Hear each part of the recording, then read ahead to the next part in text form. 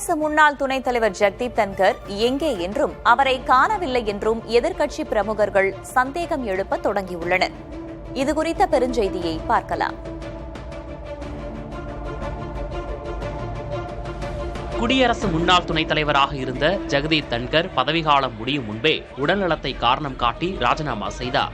நாடாளுமன்றம் நடந்து கொண்டிருந்த காலத்தில் அவர் பதவி விலகியதும் அவருக்கு எந்த ஒரு பிரிவு உபசார நிகழ்ச்சியும் நடத்தப்படாததும் பேசுபொருளாக மாறியது. பல்வேறு விவகாரங்களில் ஆளும் பாஜகவுக்கு ஆதரவாக இருந்தவரும் பாஜகவின் கருத்தியலை தீவிரமாக எதிரொலித்தவருமான ஜெகதீப் தன்கரின் திடீர் பதவி விலகல் ஆளும் கட்சியின் ஆதரவாளர்களையே குழப்பத்தில் ஆழ்த்தியது. பதவி விலகலுக்கு பின்னர் தன்கரின் நடவடிக்கைகள் அடுத்த கட்ட பணிகள் குறித்து எந்த தகவலும் வெளியாகவில்லை. இந்த சூழலில் ஜெகதீப் தன்கர் இப்போது எங்கே என்று எதிர்க்கட்சிகள் வினவியுள்ளன. ஜெகதீப் தன்கர் காணாமல் போயிருக்கலாம் என்று மாநிலங்களவை எம்பியும் சிவசேனா உத்தவ் தாக்கரே பிரிவு செய்தி தொடர்பாளருமான சஞ்சீவ் ராவத் சந்தேகம் எழுப்பியுள்ளார். பதவி விலகிய ஜூலை 21 அன்று காலை தன்கர் தங்களிடம் இயல்பாக பேசிக் கொண்டிருந்ததாகவும் ஆரோக்கியத்துடன் இருந்ததாகவும் ராவத் குறிப்பிட்டார். தன்கர் எங்கு இருக்கிறார், அவருடைய உடல்நிலை எப்படி உள்ளது என்பது தெரியவில்லை என்றும் அவர் வீட்டுக் காவலில் வைக்கப்பட்டிருக்கலாம் என்றும் சஞ்சய் ராவத் சந்தேகம் தெரிவித்தார்.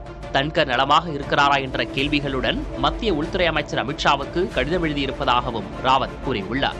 அரசுக்கு எதிரானவர்களை காணாமல் போகச் செய்யும் நடைமுறை சீனா, ரஷ்யா போன்ற நாடுகளில் இருந்து வருவதாகவும் இந்தியாவிலும் அது தொடங்கிவிட்டதா என்ற கேள்வி எழுந்துள்ளதாகவும் ராவத் குறிப்பிட்டுள்ளார். இது தொடர்பாக ஆட்கொணர்வு மனு தாக்கல் செய்வது குறித்து தனது கட்சி பரிசீலித்து வருவதாகவும் ராவத் கூறினார். முன்னாள் மத்திய அமைச்சரும் தற்போதைய மாநிலங்களவை உறுப்பினருமான கபில் சிபலும் தன்கர் எங்கிருக்கிறார் என்பது குறித்து சந்தேகம் எழுப்பியிருந்தார்.